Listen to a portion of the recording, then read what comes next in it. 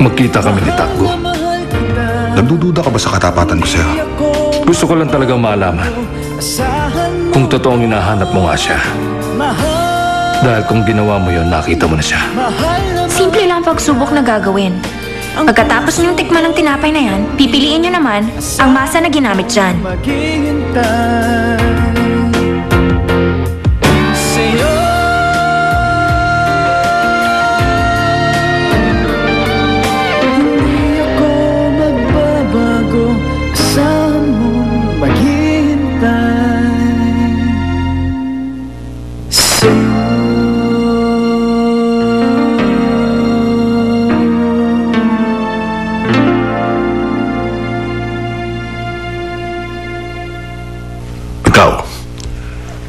Number 5 ang pinili mo.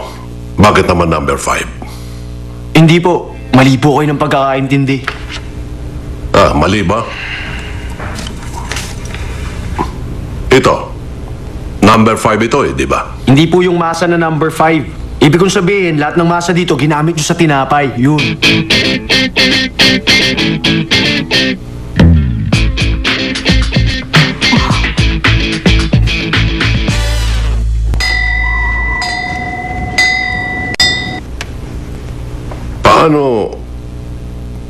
Paano mo nasabi na ang 5 yan ang sagot?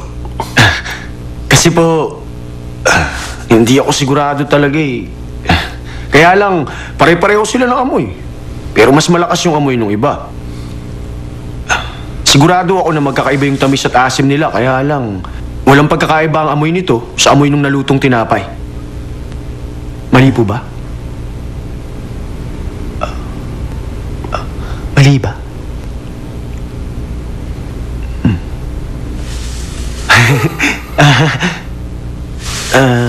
Mukhang mali nga.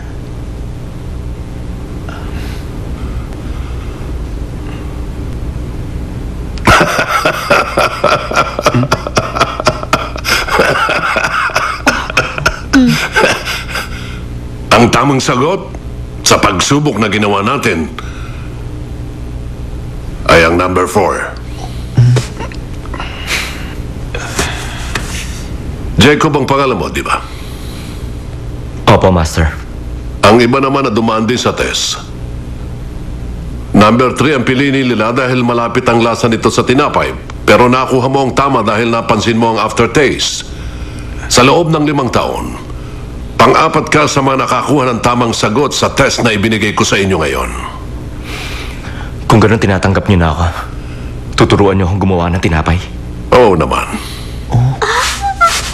Kaya pumunta ka ng maaga sa bakery bukas. Opo. At ikaw naman. Alis na. Gusto din kitang makita ng maaga sa bakery bukas. Pero Papa, Master. Pero bakit? Akala ko po ba number 4 ang sagot? Oo. Number 4 ang tama. Pero hindi rin naman mali ang sinagot mo sa akin. Ha? Ang lahat ng masa na nasa harapan ninyo ay gawa sa magkakaparehong sangkap. At ang dahilan kaya magkakaiba sila ng lasa, magkakaiba sila ng oras nung ginawa. Nalaman mo yon sa pamamagitan ng pang-amoy at hindi panglasa. Ikaw lang ang gumamit ng ganong paraan sa pagsubok na ito, kaya pinahanga mo ko. Medyo hindi ko po yata naiintindihan. Pasado ba ako sa pagsubok o bumagsak po ba ako? Oo, pasado ka na.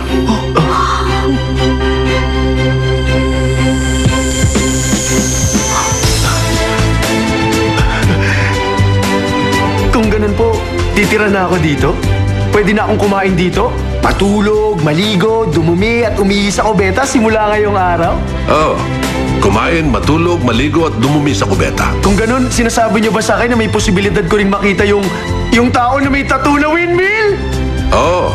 May posibilidad na makita mo na nga siya.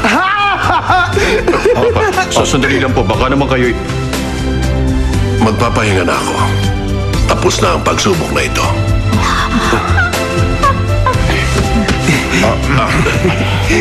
Teka. Pero Papa... Hindi ko pa nga pala naitatanong ang pangalan mo. Ano ba ang pangalan mo? Ako po si Takgu! Sabi nila ang pangalan ko parang tunog ng pingpong. Pero ang ibig sabihin nito, mataas at tagapagligtas! Ako si Takgu!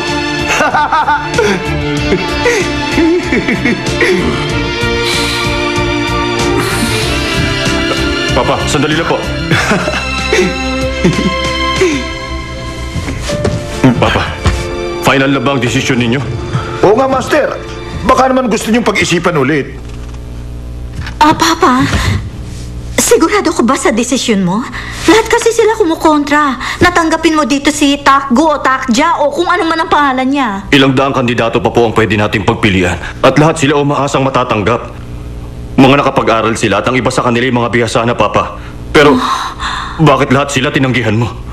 Tapos ngayon tinatanggap mong isang bata na wala namang alam. Hindi ko po yun maintindihan. Pag-isipan niyo po yung mabuti. Yan nga sinasabi ko kay Master. Kung bakit kasi niya tinanggap ang batang yun dito sa Palbong Bakery. Masisira ang pangalan at karangalan natin ng dahil sa batang yun. Pwede niyan mang bawin ang desisyon niyo, ah. Kailan nangyari? Napumili ako ng taong tuturuan na base sa kanyang kaalaman. Rodrigo, ikaw. Sino at ano ang buhay mo noong bago pa kita makilala? Gary, ikaw. Ikaw, Elias. Ano ka ba noon, Jimmy? Alam ko nang naiintindihan niyo na ako. Gusto ko nang magpahinga. Pero, anong mangyayari ngayon, Papa? Ano ngayon ang gagawin mo kay Elias? Jack Yon Pilbong na ngayon ang pangalan niya. Kung talagang nakatadhana silang magkita, mangyayari yon kahit na ano pa ang gawin. Kahit na makasasama pa yon o makabubuti. Hindi tayo makakaiwas, hindi ba, Elias?